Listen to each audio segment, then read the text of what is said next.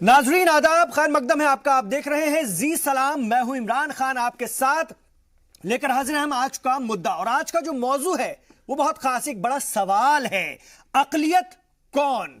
आप सोच रहे होंगे कि ये कैसा सवाल है, लेकिन जनाब ये वाकई सवाल है और बड़ा सवाल है। जी हां, माइनॉरिटी यानी कि अकलियत को लेकर इस मुल्क में कोई डेफिनेशन है भी या नहीं। अगर हम कहें कि नहीं है तो ऑनरेबल सुप्रीम कोर्ट ने बाकायदा इसके लिए हुक्म जारी कर दिया है कि नेशनल अकलियती कमीशन 3 माह के वक्त में इसकी परिभाषा, इसकी डेफिनेशन, नेशनल अकलियती कमीशन 3 माह के वक्त में इसकी परिभाषा, इसकी डेफिनेशन दे।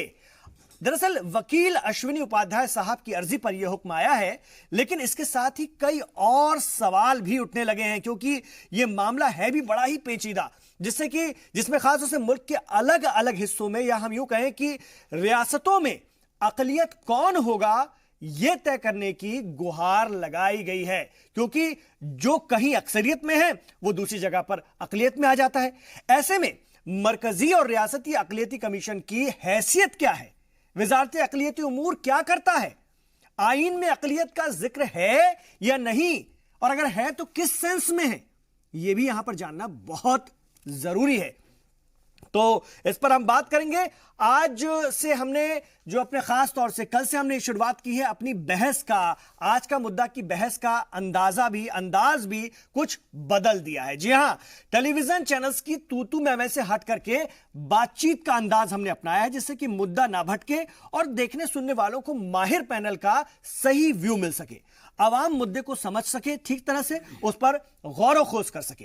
तो नाजरीन, आज का जो मुद्दा है अकलियत कौन में हम कुछ सवालात लेकर आए हैं। आइए वो सवालात मैं आपको दिखाता हूं। मेरा पहला सवाल होगा, आज की इस बहस का पहला सवाल होगा, इन्हीं सवालों के इर्द गिर्द मैं आपको बता रहा हूं, हम घूमेंगे, हम अपने मुद्दे को भटकने नहीं देंगे। तो आज का पहला सवाल होगा कि मुल्क में अकलियत कौन है और इसकी डेफिनेशन क्या है। दूसरा सवाल हमारा होगा, रियासती सतह पर अकलियतों की पहचान क्या मुमकिन हो पाएगी। अगर रियासती सतह पर हम अकलियतों की पहचान करना शुरू करें तो क्या यह मुमकिन है। तीसरा सवाल मेरा होगा कि आईन सिर्फ अकलियतों के हुकूक के प्रोटेक्शन की बात करता है, ऐसे में सहूलात के पीछे क्या सिर्फ वोट बैंक की सियासत है, क्योंकि आईन में तो सिर्फ अकलियतों के हुकूक की, उनके अधिकारों के प्रोटेक्शन की, उनकी सुरक्षा की बात की गई है, तो बाकी जो सहूलात की बात की जाती है वो क्या बैंक की, वोट बैंक की सियासत है। चौथा सवाल, अगर मुल्क में अकलियतों की बात आती है तो इसकी बुनियाद क्या है। ठीक है, इसके अगर हम अकलियतों की फिर से अगर हम डेफिनेशन तय करते हैं, परिभाषा तय करते हैं, तो उसकी बुनियाद क्या होगी और फिर इसके असरात किस तरह के मुरत्तब होंगे, ये भी समझने वाली बात है। ये हमारा चौथा सवाल है। और पांचवा सवाल जिस पर हम नजर डालेंगे वो ये है कि क्या अकलियतों, बिलखुसूस मुसलमानों को इस दायरे से बाहर लाने की ये एक तरह की हिकमत अमली है, किसी तरह की कोई साजिश है, इस पर भी हम बात करेंगे। चलिए, हमारे खास मेहमान हमारे साथ होंगे, जैसा कि तरीका मैंने आपको बता दिया है। अब वो ची पौ हल्ला गुल्ला विषय से, सब्जेक्ट से, मौजू से भटकने वाली बात अब जी सलाम के मंच पर नहीं हुआ करेगी। आपको भी अंदाज पसंद आ रहा है, कल हमने इसकी शुरुआत की थी। मैं अपने खास मेहमानों का तारुफ आपसे करवा दूं। मेरे साथ राजीव रंजन साहब जुड़ रहे हैं, जो कि एडवोकेट है, सीनियर एडवोकेट है सुप्रीम कोर्ट के, और बेहद खास कानून के जानकार हैं, इनसे हम बहुत सारी बातों को समझेंगे। दिनेश शर्मा जी भी मेरे साथ होंगे, सियासी तज्जियाकार हैं और थोड़ी देर बाद हमारे साथ होंगे। अतहर हुसैन देलवी साहब इस वक्त हमारे साथ स्टूडियो में तशरीफ फरमा है, बहुत बड़े आलिम दीन हैं और अंजुमन मिनहाज रसूल से ताल्लुक रखते हैं। हमारे साथ गुलरेश शेख साहब भी जुड़ रहे हैं, जो कि भारतीय जनता पार्टी के तर्जुमान हैं और बहुत ही बेहतर अंदाज में अपनी बात, अपनी पार्टी का मौक़िफ़ रखते हैं। गुलरेश साहब, आपका भी शुक्रिया, स्काइप के जरिए आप हमारे साथ जुड़ रहे हैं। चलिए इस बहस की शुरुआत करते हैं। जैसा कि पहला जो लेवल होता है, जो दौर होता है, वो होता है 2 मिनट में इस मौजू पर अपनी बात रखना। मैं राजीव रंजन जी के पास सबसे पहले आना चाहूंगा। राजीव रंजन जी, सवाल यहीं से उठाते हैं, अकलियत कौन है, माइनॉरिटी कौन है। एक्चुअली सर, इमरान साहब, मैं एक बात बताना चाहूंगा कि नवंबर 2017 में एक पीआईएल फाइल की गई थी, public interest litigation. Public interest litigation में जो उन्होंने रिक्वेस्ट किया था और सुप्रीम कोर्ट में इस मुद्दा को लेके आए थे कि माइनॉरिटी केबल जो डिफाइन किया गया है, जो माइनॉरिटी कमीशन ने जो डिफाइन किया है, उसके अकॉर्डिंगली केवल मुस्लिम या माइनॉरिटी केवल मुस्लिम नहीं हो सकते, माइनॉरिटी केवल आपको क्रिश्चियन नहीं हो सकते, या माइनॉरिटी केवल बुद्धिस्ट नहीं हो सकते, जैनी नहीं हो सकते। उन्होंने ये बताया है, एक्चुअली पूरी आंकड़ा आई थी, आंकड़ा में बताया गया था कि माइनॉरिटी में हिंदू भी आते हैं। हिंदू में आते हैं, उन्होंने 8 स्टेट का, 7 नॉर्थ ईस्ट स्टेट और जम्मू एंड कश्मीर, उनको उन्होंने सारे जिक्र किया, पंजाब को भी उसमें जिक्र किया है। तो उसमें जो उन्होंने जिक्र किया था वो सेंसस 2011 का है। इमरान साहब इसमें बात, जो सेंसस 2011 में जो बात आई थी उसमें आई थी कि लक्षद्वीप में 2.5% हिंदू हैं, मिजोरम में 2.75% हिंदू हैं, नागालैंड में 8.75% हिंदू हैं, मेघालय में 11.53% हिंदू हैं, जम्मू एंड कश्मीर में 28.44% हिंदू हैं, और अरुणाचल प्रदेश में 29% हिंदू हैं। लेकिन वो वहां माइनॉरिटी नहीं, मेजॉरिटी माइनॉरिटी में नहीं है, वो मेजोरिटी में आते हैं। और आपका मणिपुर में 31.39% हिंदू हैं और पंजाब में 38.40% हिंदू हैं। एक्चुअली जब ये पीआईएल फाइल की गई उस समय सुप्रीम कोर्ट ने याचिकाकर्ता को ये डायरेक्शन दिया कि आप इसके लिए माइनॉरिटी कमीशन को अप्रोच करो। वो माइनॉरिटी कमीशन अप्रोच किए, बट उनको जो प्रॉपर रिस्पांस मिलना चाहिए था, जो डिफिनीशन आनी चाहिए थी, वो डिफिनीशन आ नहीं पाई। फिर वो मैटर आज लिस्ट हो गया, honourable chief justice of India के कोर्ट में लिस्ट हुआ। लिस्ट होने के बाद honourable chief justice of India, क्योंकि वो बहुत ही विद्वान जजेस हैं, उनको बारे में जो माना जाता है, तो उन्होंने डायरेक्शन दिया है नेशनल माइनॉरिटी कमीशन को कि आप इसको डिफाइन करो, 3 मंथ्स के अंदर डिफाइन करो कि एक्चुअली है क्या। बात भी सही है, ये बहुत अच्छी मुद्दा है। और आज जो आप जी सलाम ने जो इस पे डिस्कशन लाया है बहुत ही उम्दा है। मैं समझता हूं कि बहुत ही एक्सेप्टेबल है कि इस डिस्कशन को आप अपने हमने देखा है कि माइनॉरिटी का जो डिफिनीशन, जो गलत डिफिनीशन है, ठीक है, वो भी गलत डिफिनीशन को वही तो समझना है हमें। yes, yes. क्योंकि अभी तक कोई परिभाषा है ही नहीं। कमाल तो ये हुआ है कि कोई परिभाषा है ही नहीं। ठीक है सर, अतर हुसैन नहलवी साहब, मुझे 2 मिनट में आप बताइए, आपके मुताबिक माइनॉरिटी की, अकलियत की परिभाषा, उसकी डेफिनेशन क्या होनी चाहिए, और यह भी बता दीजिए कि आप अपने आप को अकलियत मानते हैं या नहीं। देखिए, मैं अपने आप को अकलियत तस्लीम करूं या ना करूं, ये तो एक नहीं, परिभाषा के आधार पर तो बताइए ना जो आप सोचते हैं उसके अगर लिए। मैं दस्तूर हिंद के तहत देखूं और हालात के मुताबिक देखूं तो मैं एक अकलियत हूं, और दस्तूर मेरे तमाम हुकूक की हिफाजत की जामिन है। जिस तरीके से एडवोकेट साहब ने कहा, मैं उसी बात को आगे बढ़ाता हूं। हमको ये बात याद रखनी चाहिए कि आईन हिंद ने हिंदुस्तान के उन तमाम तबकात को जो अकलियत की, जो उसमें अकलियत की तारीफ नहीं है, बल्कि वो लोग जो दबे कुचले थे या वो लोग जिनकी शनाख्त कभी खतरे में पड़ सकती है या पड़ी हुई थी, उनको तहफ़्फ़ुज़ दिया। मसलन हमने अरुणाचल की बात की, मिजोरम की बात करते हैं, नागालैंड की बात करते हैं। एक तरफ वहां हिंदू और खुद मुसलमान भी अकलियत में हैं, लेकिन जो ट्राइबल है वो अक्सरियत में है। लेकिन दस्तूर हिंद उनकी अक्सरियत के बावजूद भी उनके लिए रिजर्वेशन, उनके लिए सीट और उनके लिए पार्लिमानी जो सीट्स हैं उनको रिजर्वेशन इसलिए देता है ताकि उनकी शनाख्त बनी रहे। इस तरीके से अगर आप बात करें दलितों की, दलितों के लिए जहां तरफ एक तरफ उनके समाजी मसावत, उनके यानी समाजी तौर पर उनके अपलिफ्टमेंट की हम बात करते हैं, तो उनके लिए हम बाकायदा पार्लिमानी निजाम के अंदर और असेंबली के अंदर, यहां तक कि निचले लेवल तक पे जो है हम उनको रिजर्वेशन देते हैं, हालांकि उनकी तादाद मुसलमानों से बहुत ज्यादा हो जाती है। उसी तरीके से ये दस्तूर हिंद, अगर कोई मुसलमान यानी कोई दलित जो है मुसलमान और क्रिश्चियन हो जाता है तो उसको जो हुकूक हासिल थे उनको सलब कर लेता है। तो मेरा कहना यह कि दस्तूर में अलग-अलग तरीकों से इन तीनों चीजों की तशरीहात हैं। सुप्रीम कोर्ट ने उपाध्याय साहब के, देखिए उपाध्याय साहब के बारे में मैं कुछ ज्यादा नहीं करना चाहता, वो पुरानी कहावत है कि बुग़्ज़ माविया में उन्होंने करा क्या क्या, वो उसके अंदर मुलव्विस हैं। हम किस अर्जी पर बात कर रहे हैं? हमारा कहना है कि बुनियादी तौर से इमरान साहब में, आप, गुलेज साहब और हर वो शख्स जिसमें कश्मीरी पंडित भी शामिल हैं, जिसके अंदर आसाम या अरुणाचल नॉर्थ ईस्ट में वो हिंदू जो अकलियत में हैं वो भी शामिल हैं। लेकिन अब पार्लियामेंट को और खुद हमारे सुप्रीम कोर्ट को ये तय करना है कि क्या अगर शुमाल मशरिक़ की रियासतों में आप हिंदू और मुसलमानों को अकलियत मानोगे तो जो हुकूक बहैसियत कबाइल उनको हासिल हैं उनका क्या होगा? कोई हाल ठीक है, आप दूसरी बहस भी उसमें छेड़ रहे हैं, लेकिन यहाँ पे ये भी सवाल उठता है डॉक्टर गुलरेज शेख साहब, मौलाना साहब जो कह रहे हैं, मैं मौलाना साहब या गुलरेज शेख साहब, अगर हम जम्मू कश्मीर में भी अकलियत हैं जबकि नहीं है, या केरल में भी नहीं है, या कुछ और रियासतों में भी नहीं है, लक्षद्वीप में तो 96% मुस्लिम आबादी आबादी है वो एक तरह से अकलियत के फायदे लेती है। ऐसे में अगर हम उत्तर प्रदेश में आते हैं तो हम कहीं ना कहीं अकलियत बन जाते हैं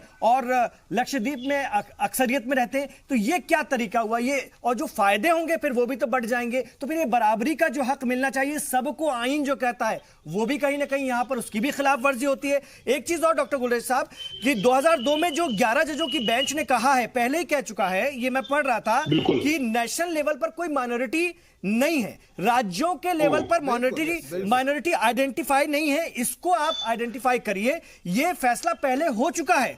तो हमारे यहां तो इसकी अभी डेफिनेशन बनी नहीं है सर।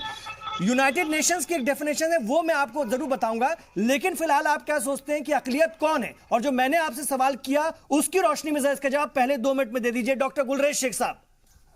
देखिए इमरान जी, सबसे पहले तो मैं सभी से अनुरोध करूंगा कि हम इस बहस को आज हिंदू बनाम मुसलमान या फिर राजनीतिक चश्मे से ना करते हुए, नहीं हम तो देख ही नहीं रहे, आप ही ने देखना शुरू कर दिया है भारतीय जनता पार्टी के प्रवक्ता के तौर पे। मैंने तो अभी तक कहा नहीं, मौलाना साहब ने भी नहीं कहा, ये आपने देखना शुरू कर दिया है। मुझे तो आपके चश्मे में कहीं कुछ खुरचन लग रही है सर। मेरा 2 मिनट आराम नहीं हुए अभी। देखिए, जहां तक डेफिनेशन और परिभाषा की बात है तो वास्तव में इस देश में अकलियत की या माइनॉरिटी की परिभाषा इसलिए नहीं है क्योंकि इस देश के संदर्भ में ये जो बहस है ये अपने आप में एक नवीन बहस है, नई बहस है, जबकि ये यूरोप में पुरानी बहस रही है क्योंकि उसमें एक बड़ा इन्फ्लक्स जो यहूदियों का था, जो मिडिल ईस्ट से आया था, वो उसके कारण समाज में बहुत सारी समस्याएं भी आई थी। परंतु भारत के परिप्रेक्ष्य में यदि बात करें तो नवीन बहस है और इसकी परिभाषा भी हमको अपने अनुरूप ही लगाना पड़ेगी। इसीलिए सुप्रीम कोर्ट ने डायरेक्शन दिया है। अभी तक जो सबसे ज्यादा मान्यता प्राप्त जो परिभाषा है वैश्विक स्तर पर वो है लुई विर्थ की, जिन्होंने उसको परिभाषित किया है कि ऐसे लोगों का समूह जो फिजिकल कैरेक्टरिस्टिक से तथा संस्कृति से अलग दिखता हो तथा उसके साथ भेदभावपूर्ण रवैया अपनाया जाता हो, वह उस क्षेत्र विशेष में माइनॉरिटी बन जाता है। परंतु यदि हम भारत के चश्मे से देखें तो यहाँ पर फिजिकल कैरेक्टरिस्टिक हिंदू की भी वही होती है, मुसलमान की भी वही होती है। दूसरा, यदि हम सांस्कृतिक रूप से करें बात तो सांस्कृतिक रूप से भी सभी एक ही है। ठीक है, त्योहार अलग हो सकते हैं, पूजा पद्धति अलग हो सकती है। इसलिए जो संविधान में धारा 25 की बात आती है, धारा 25 क्या गारंटी करती है कि आपको फ्रीडम ऑफ प्रैक्टिसिंग रिलीजन होता है। आगे अगर हम बात करते हैं इस पे तो यदि केवल हम धार्मिक स्तर पर ही बात करें तो क्या उन्हीं धर्मों को हम इस चश्मे से देखेंगे जो बाहर से आए, जो या उनको भी उसमें रखा जाए जो भारतवर्ष में ही पैदा हुए? ठीक है डॉक्टर गुलरेज शेख साहब, आप तो पूरा जो है पूरे दुनिया छान कर आ गए। चलिए मैं यूनाइटेड नेशन की परिभाषा बता देता हूं। उनकी परिभाषा है अकलियत को लेकर के, उनकी डेफिनेशन है any group or community which is socially, economically, politically non-dominant and inferior in population, वो होती है माइनॉरिटी। यानी ऐसा समुदाय जिसका समाजी, माशी और सियासी सतह पर कोई प्रभाव ना हो और जिसकी तादाद न के बराबर हो, नगण्य हो, वो होती है माइनॉरिटी। तो अब भारत के ताल्लुक से दिनेश शर्मा जी आप मुझे समझा दीजिए, क्योंकि अब इसकी परिभाषा तय की जानी है, सुप्रीम कोर्ट ने यही हुक्म दिया है। आपके मुताबिक क्या होनी चाहिए अकलियत की परिभाषा, इसकी डेफिनेशन हिंदुस्तान के नजरिया से? देखिए मैं जो समझता हूं, मेरे समझ में नहीं आ रहा कि जैसे जैसे इलेक्शन आ रहे हैं कोई नए नए शगुफे छोड़े जा रहे हैं। आज इनको 4.25 साल में इनको हिंदुओं की माइनॉरिटी की याद आ रही है। ये मेरी समझ से परे है। और जो सुप्रीम कोर्ट ने कहा है 3 महीने के बाद, आप 3 महीने के अंदर आगे बताएं, अब 3 महीने में इलेक्शन हो जाएगा तो इनका तो वही जो अपना ढोल पीट रहे हैं वही पीटेंगे दोबारा।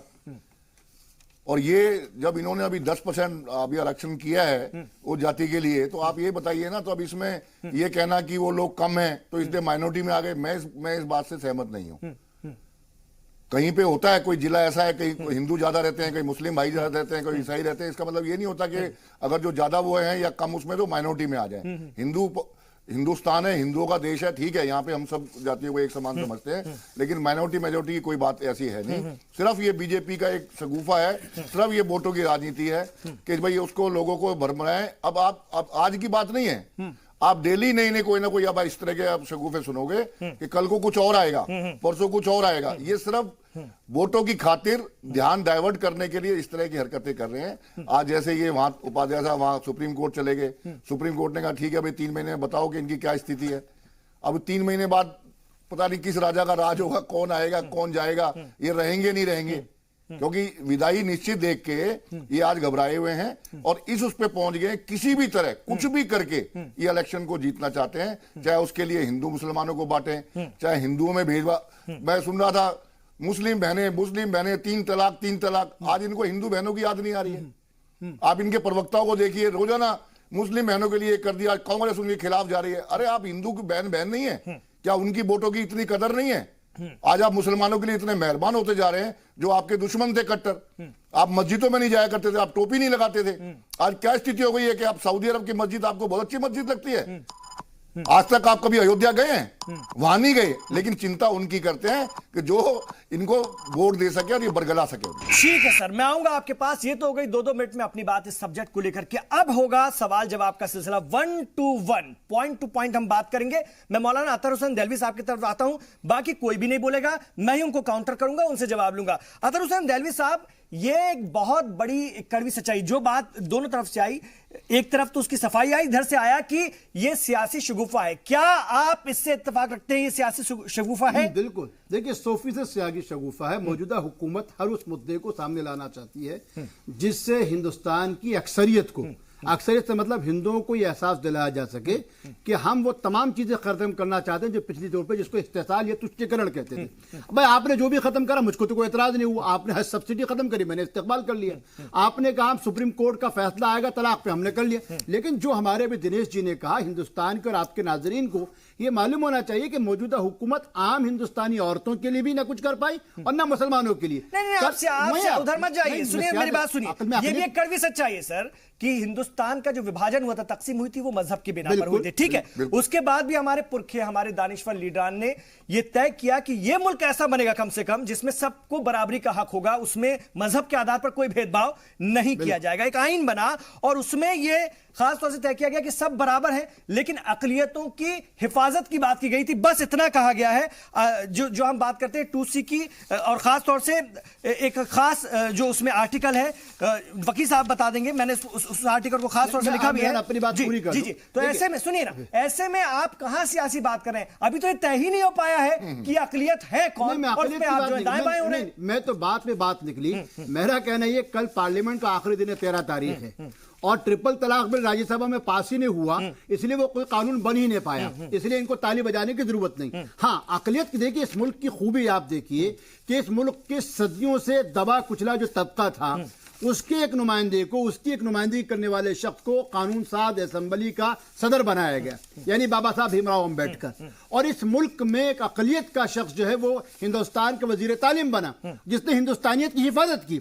तो मेरा कहना है, जब बुनियादी तौर पे हमारे बाबा साहब भीमराव अंबेडकर, मौलाना आजाद, पंडित नेहरू और उस जमाने में कोई झगड़े नहीं थे, आज जो हमारे दिनेश जी ने कहा वही हम बात कर रहे हैं। भाई आप कभी पूछते हैं कि अलीगढ़ का स्टेटस क्या होगा, कभी आप पूछते हैं कि साहब हज सब्सिडी में अकलियत होगा क्यों दी जाएगी। भाई आपको देना है ना, तो आप ये बताइए इससे बड़ी बात क्या होगी कि दुनिया की अपने आप को सबसे बड़ी पार्टी कहने वाले शख्स का जो सदर है वो एक अकलियत से है। क्या आप नहीं जानते? उन्होंने खुद कबूल करा कि वो एक जैनी है। इससे बड़ी इस मुल्क में क्या खूबी होगी कि एक जैनी जो है भारतीय जनता पार्टी का सदर है। ये खूबी है हमारे मुल्क की। ठीक है ना, अकलियत की लेकिन डेफिनेशन अभी भी तय नहीं की गई है। तो यही लोग तय करेंगे। तो सवाल है, देखिए सवाल यही है ना कि कोई कहीं अकलियत है, कोई कहीं अक्सरियत में है, यही तो तय करना अभी भी बाकी है। करेगा कौन इमरान? करेगा कौन? हुकूमत तो करने रही है ना, कोर्ट ने हुक्म दिया है कि इसको तय कीजिए, इसको तय कीजिए। मैं इसमें सिर्फ आखिरी बात कहूंगा कि सुप्रीम कोर्ट के अंदर अगर जिस तरीके की PIL है उसमें कुछ दूसरे लोगों को भी जाना चाहिए, और अगर ईमानदारी की इसमें कुछ काम हो सकता है तो खुद अक़लियती कमीशन को यह कहना चाहिए।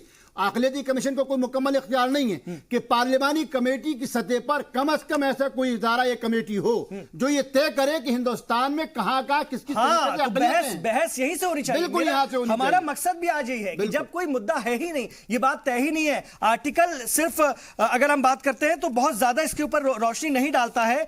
29 और 30 इसमें सिर्फ इतना लिखा है कि अक़लियतों के हुकूक की हिफाजत करो। अक़लियत कौन है, उनको क्या सहूलत देनी है, ये कुछ नहीं नहीं लिखा हुआ है। बावजूद इसके सहूलत तो दी जाती है ना, लोग सहूलत तो लेते हैं ना। 35,000 करोड़ का बजट तो सिर्फ कौमी सतह पर बनता है, रियासती सतह की तो बात ही कुछ और है। तो कहीं ना कहीं हम उसका फायदा तो लेते हैं। लेकिन मौलाना साहब आप मुझे यह भी बताइए फिर कि कश्मीर में, असम में, बंगाल में, केरल में, बिहार में भी और उत्तर प्रदेश में भी बहुत सारे इलाकों में कौन माइनॉरिटी में और कौन मेजॉरिटी में है, ये भी बता दीजिए। इमरान साहब, मैं तो बिल्कुल ये कह रहा हूं कि लक्षद्वीप और कश्मीर को आप ले लीजिए, इसी तरीके से आप पंजाब और गोवा को ले लीजिए, इसी तरीके से आप अंडमान और मणिपुर को ले लीजिए। जहां जहां आप देखिए कहीं सिख अक्सरियत में है, कहीं मुसलमान अक्सरियत में, कहीं ट्राइबल अक्सरियत में है। लेकिन मेरा बुनियादी सवाल ये, जिस पे वकील साहब को रोशनी डालनी चाहिए, आइन की जिसको जटिलता मत कहिए, इसको आइन की खूबी मानिए कि जिन नॉर्थ ईस्ट के लोगों को आप अक्सरियत बता रहे हैं, उपाध्याय साहब अक्सरियत बताते हैं, साहब 2.8% हिंदू हैं, उन्हीं लोगों को आर्टिकल 371 जो संरक्षण दे रहा है,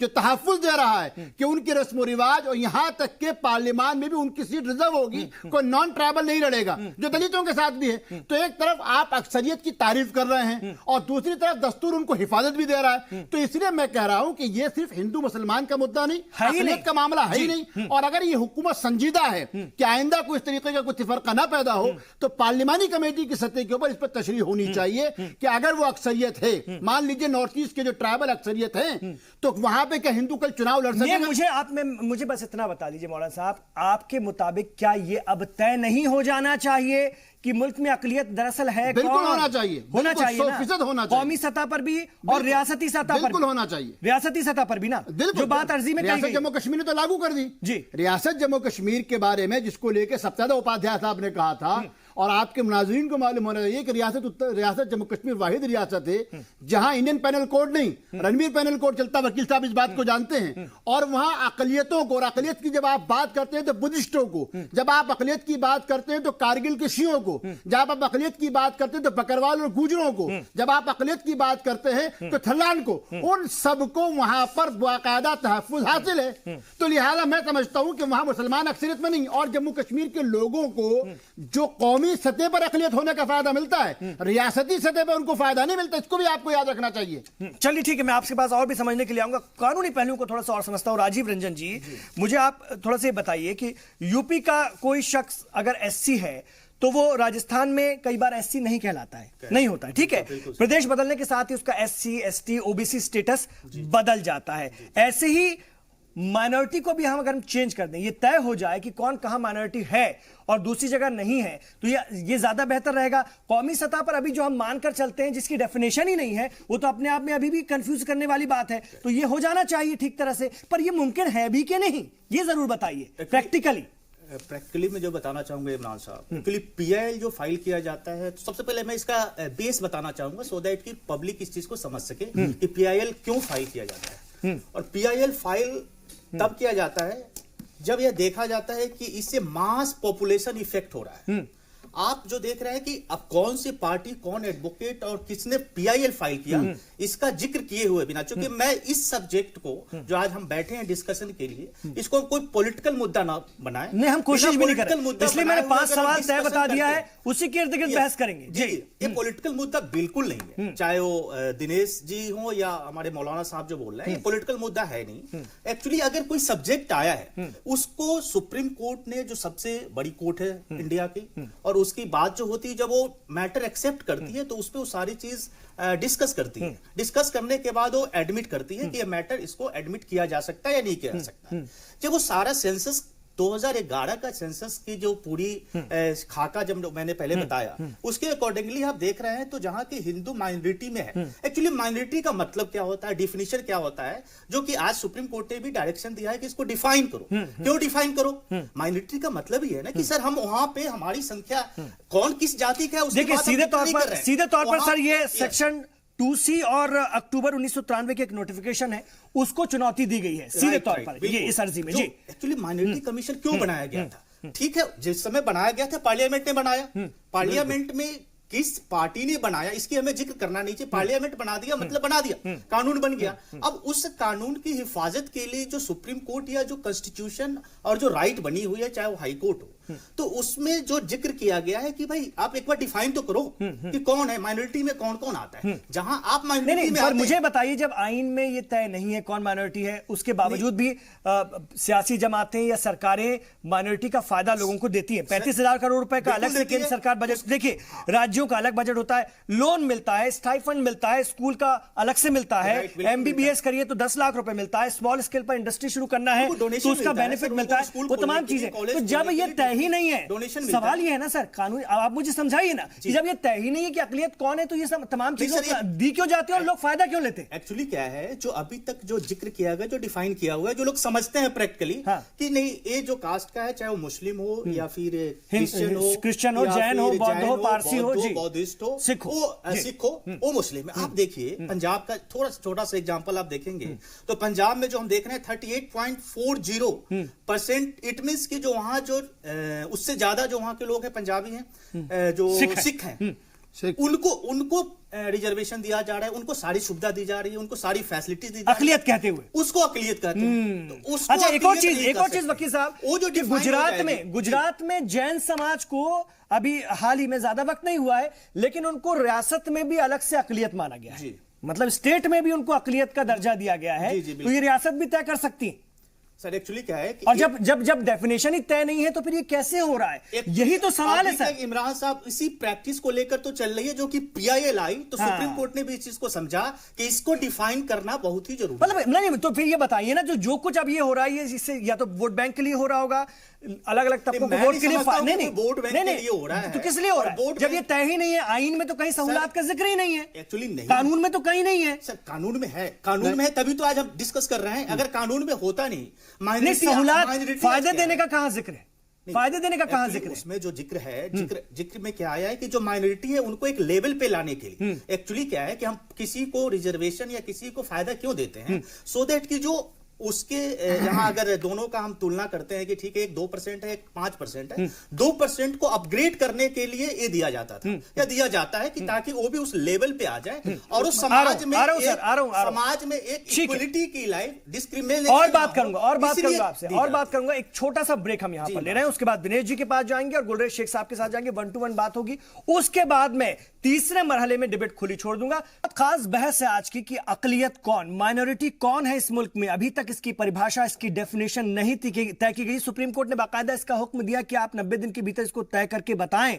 अकलियती कमीशन को कहा गया कि इस पर आप कुछ करें काम, तभी हम इस पर जो है आगे बढ़ पाएंगे। तो ऐसे में हम अपने खास मेहमानों के जरिए बहुत सारी चीजों को समझने जानने की कोशिश कर रहे हैं कि आखिर फिर माइनॉरिटी को लेकर के इतनी सारी बातें क्यों होती हैं, जबकि अभी सब कुछ तय नहीं है। और हाँ, कौन कौन से और ऐसे जो क्लॉज है जिसमें कि माइनॉरिटी के लिए कुछ कहा गया है, जिसको उसका फायदा दिया गया है, वो क्या है, इसको हम समझने की कोशिश कर रहे हैं। डॉक्टर गुलरेज शेख साहब की तरफ जाना चाहूंगा। डॉक्टर गुलरेज शेख साहब, माइनॉरिटी का शब्द जो संविधान में इस्तेमाल हुआ, आप भी अच्छे से जानते होंगे, वो सिर्फ कंजर्वेशन प्रोटेक्शन के लिए है, अलग से कोई सुविधाएं देने के लिए नहीं है। फिर भी कोई भी सरकार हो, बाकायदा इसके लिए तो मिनिस्ट्री है, अकलियती कमीशन है, उनके जरिए तमाम सुविधाएं, तमाम सहूलियत दी जाती हैं। इनको आप कैसे मानते हैं? क्योंकि सियासत भी कहीं ना कहीं आपकी सियासी जमात इसको लेकर के काफी करती है। बिलखुसूस आपकी सियासी जमात पर मैं इल्जाम लगा रहा हूं, खास तौर से मुसलमानों को लेकर के, मुसलमान अकलियत को लेकर के आपका रवैया जो होता है आपकी सियासी जमात का, वो जगजाहिर है।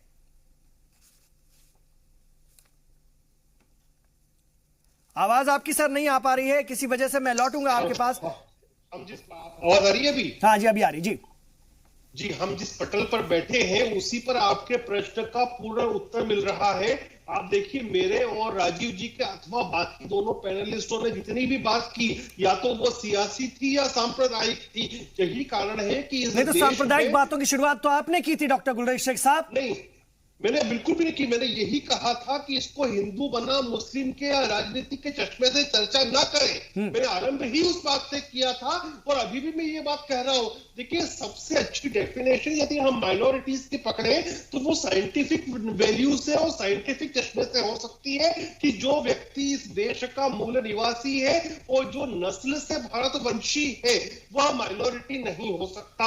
अब इसमें कौन कौन आपसे निगलेक्ट हो जाएंगे, कौन बाहर निकल जाएंगे, एक पारसी समुदाय है जो नस्ली तौर पर ईरानी है या फारसी है, दूसरे केरला में और अथवा कुछ जगहों पर रहने वाले यहूदी हैं जो कि नस्ली तौर पर भारतीय नहीं है।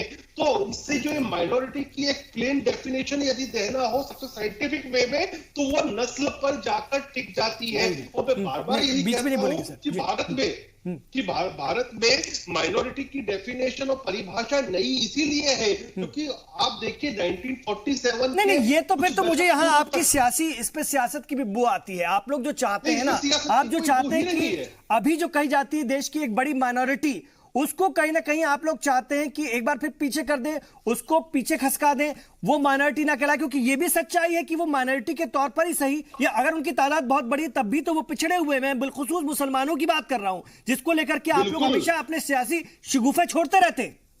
मैं बार बार ये कहता हूं, तभी हम बोलते हैं कि सबका साथ और सबका विकास होना चाहिए और माइनॉरिटी के लिए गरीबी उन्मूलन और उत्थान। तो बताइए, आप मुसलमान इस देश की माइनॉरिटी होनी चाहिए कि नहीं आपके मुताबिक, आपके सियासी चश्मे के भी मुताबिक? देखिए, मैं अभी बिना चश्मे के राष्ट्र के लिए बात कर रहा हूं। हाँ, चलिए राष्ट्र के लिए बताइए कि माइनॉरिटी मुसलमानों को होना चाहिए कि नहीं उनकी तादाद के मुताबिक। अभी क्योंकि कोई परिभाषा संविधान में या कहीं नहीं आई है माइनॉरिटी की, इसलिए पूछ रहा हूं आपसे। यदि इस देश से बहुत सारी समस्याओं का निदान हमेशा के लिए करना हो तो न जैन, न सिख, न बौद्ध, न ईसाई, न मुसलमान, ये कोई भी माइनॉरिटी में रखने की आवश्यकता नहीं है। माइनॉरिटी वो हो सकता है जिसकी जनसंख्या जो है वो 1% से भी कम अर्थात नगण्य हो, या फिर वो नस्ली तौर पर कोई दूसरी नस्ल का हो, जैसे कि मैंने प्रारंभ में ही। ठीक है, मैं आपकी बात को लेकर के और जाता हूं। मैं दिनेश शर्मा जी के पास जाऊंगा। दिनेश शर्मा जी, ये जो डेफिनेशन दी है डॉक्टर गुलरेज शेख ने कि कोई भी नहीं होना चाहिए माइनॉरिटी में, वो होने चाहिए जो कि इस देश के जमीनी तौर पर नहीं है, ठीक है, कहीं ना कहीं बाहर से आई हुई नस्लें हैं, वो और सिर्फ वो। कितना इत्तेफाक रखते हैं सर? क्योंकि सियासी जमातें तो इसको लेकर के खूब सियासत करती हैं, क्योंकि वोट बैंक के तौर पर मैं बार बार ये सवाल कर रहा हूं और ये आरोप भी लगा रहा हूं कि एक सियासी जमात बड़े फायदे देती है या कम से कम ऐलान करती है, दूसरा उसका इस्तेमाल करती है अपने सियासी वोट बैंक को बढ़ाने के लिए और दूसरे तबके का ध्रुवीकरण करने के लिए, पोलराइजेशन करने के लिए। यह भी एक सच्चाई है। देखिए, जहां तक ये अभी बोल रहे थे तो इनकी बात से ये कहते हैं राजनीति से अलग होके देखें, राजनीति चश्मा अलग हटा के देखें। इन्होंने तो चश्मा ही राजनीति का लगा रखा है। मैं ये समझता हूं देश की आजादी के बाद जो भी हमारे देश में रहते हैं वो हमारे भारतीय हैं, चाहे हिंदू हैं, मुस्लिम हैं, पारसी हैं, जिन्होंने देश को एक्सेप्ट किया और देश ने उनको किया। आज ये कह देना कि उनकी नस्ल ये है, उनकी ये, मैं इस बात से बिल्कुल इत्तेफाक नहीं करता और मैं इनकी बात से सख्त ऐतराज करता हूं। दूसरी बात, माइनॉरिटी चिल्ला रहे हैं, हम 100 करोड़ है, मैं खुद हिंदू ब्राह्मण हूं, तो मुझे क्या डर है? मुझे किस लिए मैं माइनॉरिटी में आऊंगा? आप खुद ही कहते हैं, बीजेपी के लोग कहते हैं कि 100 करोड़ भारतीय, 100 करोड़ हिंदू हैं, 100 करोड़, फिर हम किस लिए माइनॉरिटी में हैं भाई? आप मुझे बताएं ना।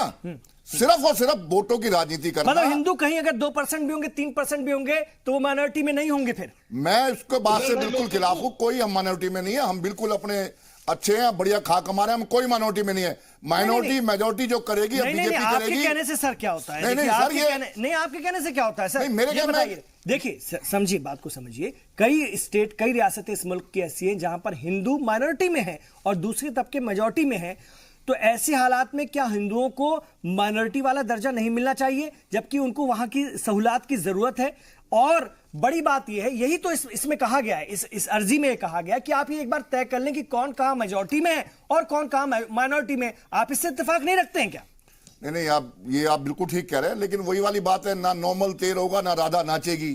आज इन्होंने नया शगुफा छोड़ दिया, आप इस काम में लगे रहें। आप 3 महीने का सुप्रीम कोर्ट ने टाइम दिया है, 3 महीने के बाद इलेक्शन खत्म हो जाएंगे, फिर आप उसको करते रहिएगा। मैं गारंटी दे रहा हूं, इसके बाद अगर ये कोई जिक्र भी कर दे या उसके लिए सुप्रीम कोर्ट भी चले जाए, सिर्फ ये शगुफा सिर्फ बीजेपी ने वोटों की खातिर किया है, कि इनको दिख रहा है। अगर ये नहीं करेंगे, कोई नई नई चीजें नहीं छोड़ेंगे, ऐसी ऐसी उनको लोक लुभावन बातें नहीं बताएंगे, तो जैसे इनको वोट मिलेंगी। क्योंकि जो इन लोगों ने वादे किए थे वो तो वादे पूरे किए नहीं इन्होंने। लेकिन मौलाना आज तक इन्होंने कोई वादा पूरा किया हो तो बताओ। मौलाना साहब, एक और सवाल, सिर्फ नफरत के बीज बोए हैं आप लोगों ने। साफ किया कि माइनॉरिटी, आपने जहर की बेसी बोई है, वही काटोगे। ठीक है, आऊंगा सर आपके पास। मौलाना साहब ये बताइए, अब देखिए ना, भारत में जो है 30%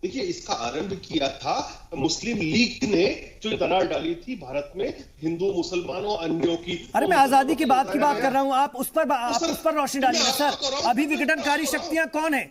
आपको अगर लगता है कि ये सही हो रहा है और जो आप अपना एजेंडा बता रहे हैं और जो आप अपना रुख दिखा रहे हैं, उस पर ये बताइए ना, विघटनकारी शक्ति कौन है? नाम लीजिए। कंटिन्यूएशन है आज की तारीख में कांग्रेस पार्टी को आप उठाकर देख ले तो उसने देश को जितना बांटा और हर तरह से बांटने का प्रयास किया, यहां तक कि इन्होंने ये भी कर दिया कि किसी समय जो केरल में ये लोग मुस्लिम लीग के साथ रहकर सरकार बनाते थे और जब मुस्लिम लीग सिमटने लगी तो इन्होंने, अरे वो तो आपने पीडीपी के साथ, ठीक है, पीडीपी के साथ भी आपने बना ली और पंजाब में आपने जिनके साथ बनाई थी उनकी क्या हिस्ट्री है वो भी हम जानते हैं। आप डाइवर्ट मत कीजिए बहस को। गुलरेज जी, मैं आ रहा हूं आपके पास, एक और छोटा सा वक्फा, फिर उसके बाद खुली बहस, खूब बहस होगी और उसके बाद देखते हैं क्या निकल कर आता है। हमारे कॉन्स्टिट्यूशन में माइनॉरिटी की, अकलियतों के हुकूक जो है उनका तो जिक्र है, लेकिन अभी भी देशवासी जो मुल्क के लोग हैं वो प्रॉपर एजुकेट नहीं है इसको लेकर के कि माइनॉरिटी है कौन, उनके हुकूक क्या है और वो जिनको हम मानते हैं वो दरअसल है भी कि नहीं। इस पर यह बहस हो रही है क्योंकि सुप्रीम कोर्ट ने खास तौर पर कहा है 90 दिन के भीतर जो अक़लियती कमीशन है कौमी, वो इसके बारे में बताए कि इसकी परिभाषा क्या है, इसकी डेफिनेशन क्या है। ये बहुत अच्छा सवाल है और इसको लेकर बहस होनी भी चाहिए। ऐसे मुद्दों पर कम ही मौका मिलता है बहस करने का। डॉक्टर गुलरेज शेख साहब की तरफ जाना चाहूंगा। डॉक्टर गुलरेज शेख साहब, आप अपनी परिभाषा कुछ अलग तरह से बता रहे थे, बड़ी दिलचस्प भी थी वो, हालांकि बहुत से लोगों को ऐतराज भी था। मैंने खुली बहस का सबको मौका दे दिया है। आप मुझे बताइए कि जब आपको लगता है कि जो अक़लियत है वो अक़लियत है ही नहीं, तो इस देश में अक़लियती उमूर की वजारत की क्या जरूरत है? आप लोगों ने क्यों अक़लियती उमूर का मंत्री बिठा कर रखा है, या बाकी जो कमीशन है, हुकूमत आप लोगों की है पूरी मेजॉरिटी के साथ ही, इस दिशा में कभी कुछ सोचा कि नहीं? जो आपकी विचारधारा है उसके मुताबिक बात कर रहा हूं।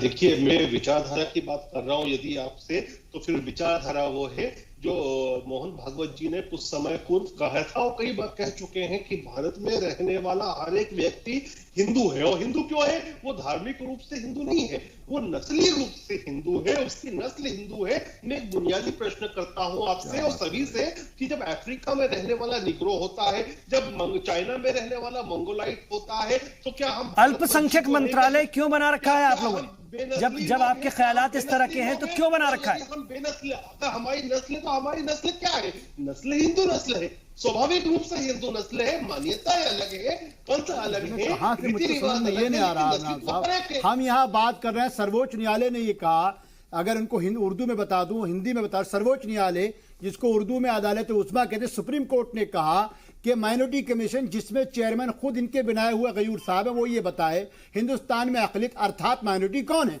उसने ये नहीं पूछा किसका डीएनए क्या है। अब वो डीएनए किसका क्या हो, नीतीश कुमार का या मेरा, वो डीएनए तो आप बताते हैं। सीधा मुद्दा ये यहाँ पे आपको ये तय करना है कि अक़लियत कौन है।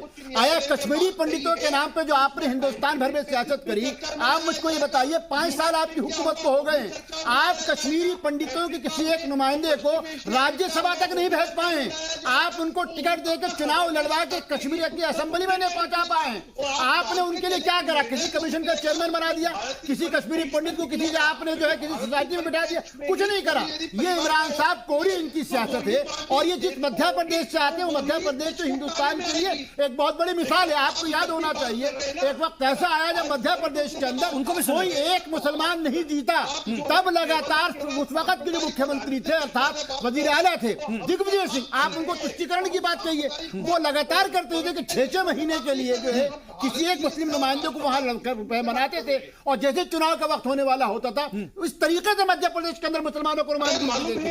तो ये क्या हमसे बात करेंगे? अब उनका जवाब ले लेते हैं। आप पंजाब में कांग्रेस की सरकार है, आप करके दिखा दे, आप हिंदुओं को रिजर्वेशन दे दे वहां पर है, आपको मालूम नहीं है शायद? नहीं तो आप कांग्रेस लुधियाना में हिंदुओं को मौलाना साहब, आपका ये जो गुलरेज शेख साहब इल्जाम लगा रहे थे कि 2 कांग्रेस के आपने प्रवक्ता बिठा रखा, जबकि आज कांग्रेस के कोई प्रवक्ता है ही नहीं, सियासी तज्जियाकार है दिनेश जी और मौलाना साहब। लेकिन क्या नहीं तो फिर आप उनके आप इल्जाम लगा रहे हैं। मैं बात कह रहा हूँ जो दस्तूर के मुताबिक है, और अगर दस्तूर की बात कहना कांग्रेसी है तो ये गाली नहीं है, मुझको फख्र होना चाहिए। मैं तो इनको ये बता रहा हूँ कि जो मुझको दस्तूर ने हक दिए हैं, ये मेरे उन दस्तूरी हक को भी सलब करना चाहते हैं। अब उनको सुन लेते हैं, उनकी आवाज जरा लेट आ रही है ना, थोड़ी दूर से आ रही है, इसलिए उनको सुन लेते हैं। कम से कम असली चेहरे सामने लेकर आए, असली चेहरे। आपका चेहरा दिख रहा है, आप दूसरों को चेहरा ना बताएं।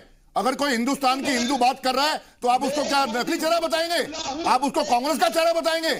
आपकी मजबूरी है, आपकी मजबूरी है आरएसएस की और बीजेपी की कि ये अपना जो आपका अपना कानून है आरएसएस का, आप देश पे लागू करना चाहते हैं, जो कि ये देश कभी बर्दाश्त नहीं करेगा। आज चंद टुकड़ों की खातिर, चंद वोटों की खातिर आप भाई को भाई से लड़ा रहे हैं। आज आपने ये सोच लिया है कि जो आरएसएस की शाखाओं में चलता है और जो बीजेपी कैंप में चलता है वो हम देश पर लागू कर दें। ये लागू नहीं हो पाएगा, हमारी लागू नहीं होगा।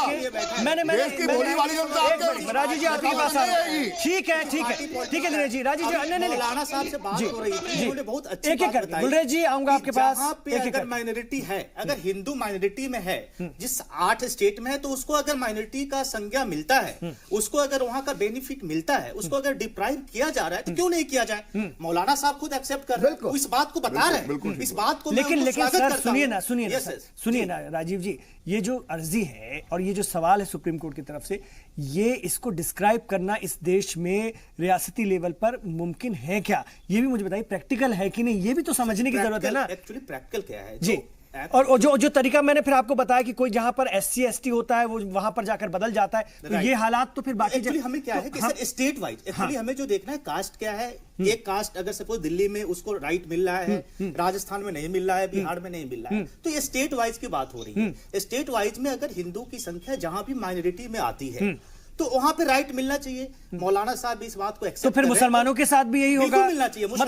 मतलब ये बताइए ना, कानूनी तौर पर सुनिए ना, कानूनी तौर पर कौमी सतह पर ये जो माइनॉरिटी का स्टेटस है वो खत्म कर दिया जाए, रियासती सतह पर इसको रखा जाए। माइनॉरिटी के स्टेटस ये बात को डिफाइन करना चाहिए कि जहां संख्या के आधार पे, जहां की हिंदुओं का या किसी और कास्ट का अगर संख्या कम होती है तो उसे उसकी राइट मिलना चाहिए, उसको डिप्राइव नहीं किया जा सकता। नहीं राइट देखिए, और ये भी मुझे समझा दीजिए, उसको स्पेशल सहूलियात देखिए, सहूलियात क्या है? वैसे तो माइनॉरिटीज को कोई रिजर्वेशन है नहीं, माइनॉरिटी को कोई रिजर्वेशन तो है नहीं सर, नौकरियों में सिर्फ आधार पे, नौकरियों में कोई रिजर्वेशन है नहीं। आधार पे हम सारी डिस्क्राइब कर रहे हैं, सारा एक्सप्लेन कर रहे हैं। ऐसा नहीं होता है कि हिंदू जाति के जो लोग होते हैं उनके पास पैसे कम नहीं होते, कम होते हैं। आप इसी तरह से आप देख रहे थे जब रिजर्वेशन की बात चल रही थी, जो फॉरवर्ड क्लास जिसको आप कहते हैं, उनको रिजर्वेशन की बात अगर की गई तो उसमें क्यों की गई? इसलिए रिजर्वेशन की बात की गई कि भाई जन्म के आधार पे हम उसको एक्सप्लेन नहीं कर सकते कि जन्म लेते ही वो पैसे वाला बन गया, जन्म लेते ही नहीं हो सकता है।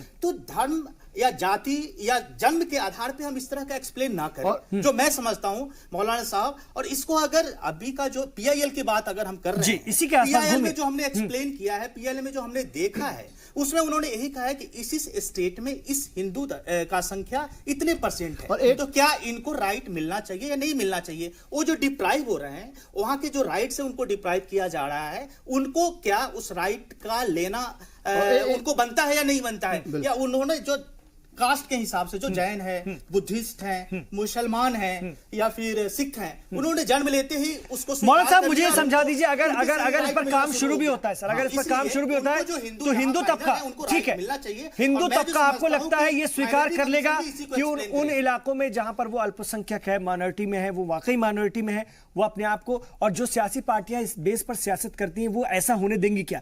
हिंदुओं को कहीं अल्पसंख्यक मानने को वो क्या तैयार होंगी क्या? देखिए इमरान, पहली मैं वही कह रहा हूं, हमारे दस्तूर की सबसे बड़ी खूबी यह है कि उसमें मरकजियत जो है लेकिन रियासतों को पूरा इख्तियार हासिल है। अब मैं आपके सामने 3 बुनियादी चीजें हैं। आपके पास कर्नाटका है, आपके पास आंध्र तेलंगाना और आपके पास मणिपुर है, जहां मुसलमानों को रियासती सतह पर रिजर्वेशन हासिल है। लेकिन अगर कोई बाहर का मुसलमान जाएगा उसको वो रिजर्वेशन नहीं मिल सकता। और आप जो पूछ रहे हैं कि मान लीजिए एक SC मुसलमान दूसरी जगह जाएगा, तो आपको यह भी याद होना चाहिए कि साउथ में अक्सर स्टेट में, यहां तक कि महाराष्ट्र में भी डोमिसाइल लागू होता है कि कोई आदमी, कोई हिंदू या मुसलमान अगर उस स्टेट में जाके नौकरी या वहां पे एडमिशन लेना चाहेगा तो उसके बाद डोमिसाइल होना जरूरी है। तो दस्तूर ने हर इलाके को महफूज रखा है, दस्तूर ने हर राज्य की हिफाजत की है, दस्तूर ने हर अक़लियत की हिफाजत की है। अब बुनियादी काम यह है कि इस पर हम सियासत करने के बजाय माइनॉरिटी कमीशन पूरी ईमानदारी के साथ नेशनल सर्वे कराए और रियासती हुकूमतों से, और मैं समझता हूं अब उनको ये काम सिर्फ वहां भी नहीं सौंपना चाहिए, बल्कि मिनिस्ट्री ऑफ माइनॉरिटी अफेयर्स को और MHA को इसमें शामिल होकर, वज़ारत दाखिला को, इसको बाकायदगी से आपको तशरीह करनी पड़ेगी। और मैं फिर कह रहा हूं कि आपको उसमें कश्मीरी पंडितों को भी शामिल करना पड़ेगा, उसमें नॉर्थ ईस्ट के हिंदू उन जगहों के मुसलमानों को जहां पर वो मेजॉरिटी में है, अपनी सुविधाएं, अपनी सहूलत, अपने जो हुकूक हैं, उनको भी छोड़ने के लिए फिर तैयार रहना पड़ेगा। कौन? मुसलमानों को भी, जहां पर वो अक्सरियत है। भाई अगर मेरी अगर रियासत बिल्कुल नहीं, क्योंकि ये भी तो परसेप्शन है ना, ये भी तो परसेप्शन है। पॉलिटिकल पार्टी लोग डिवाइड कर रहे हैं इमरान साहब जी, हम ऐसा नहीं, हमने जो देखा है हमारे बहुत सारे मित्र हैं जो मुसलमान हैं, सारे लोग एक्सेप्ट करते हैं कि जहां उनको राइट मिल रहा है ठीक है, जहाँ नहीं मिलना चाहिए नहीं मिलना चाहिए, इसमें क्या दिक्कत है? बिल्कुल एक आखिरी बात कह दूं इमरान, नहीं, क्योंकि मुसलमानों में सर ये परसेप्शन है ना, वो इस देश की अक़लियत है, कौमी सतह पर बड़ी अक़लियत है और हर जगह अक़लियत है। आज का जो हमारा, तो फिर ये खास तौर से ये एजुकेशन भी बहुत जरूरी है ना मौलाना साहब। ये क्लियर कर देना चाहिए नाज़रीन पे कि रियासत जम्मू कश्मीर के जो मुसलमान हैं उनको, जिनको आर्टिकल 370 और आर्टिकल 15 के तहत जो इख्तियारात हासिल है वो अलग है, वो मुकम्मल रहेंगे। जी, वो कश्मीर से जब बाहर आएगा उसके अक़लियती किरदार। अब यहाँ बड़ा सवाल जो आप बार बार पूछ रहे हैं वो ये कि अगर कोई कश्मीरी पंडित हिंदुस्तान टनल के इस पार आता है जम्मू के पार, तो क्या उसको अक़लियत माना जाएगा? तो मैं कहता हूँ हाँ, आपको उसको अक़लियत मानना पड़ेगा और आपको उसको वो बेनिफिट जिस तरीके से अगर ये होता है, अगर ये डेफिनेशन फिर से दी जाती है, ठीक तरह से इसको डिस्क्राइब किया जाता है। बहुत शुक्रिया आप तमाम मेहमानों का, बहुत शुक्रिया। बिल्कुल मेरे पास वक्त नहीं गुलरेज शेख साहब, नहीं तो मैं आपके पास आता, आपको सुनता। बहुत बहुत शुक्रिया आप तमाम मेहमानों का, बहुत अच्छी बहस रही है। उम्मीद है आपको बहुत कुछ समझ में आया होगा इसको लेकर के। फिर भी मैं फैसला आप पर छोड़ देता हूं, हाँ, लेकिन इसमें बहस जरूर करते रहिए, क्योंकि बहस करने का मुद्दा है भी, मौजू है भी कि अक़लियत वाकई है कौन और इसकी डेफिनेशन क्या होनी चाहिए। इसके लिए वक्त भी मिला है 90 दिनों का, सोचिएगा। देखते रहिए जी सलाम।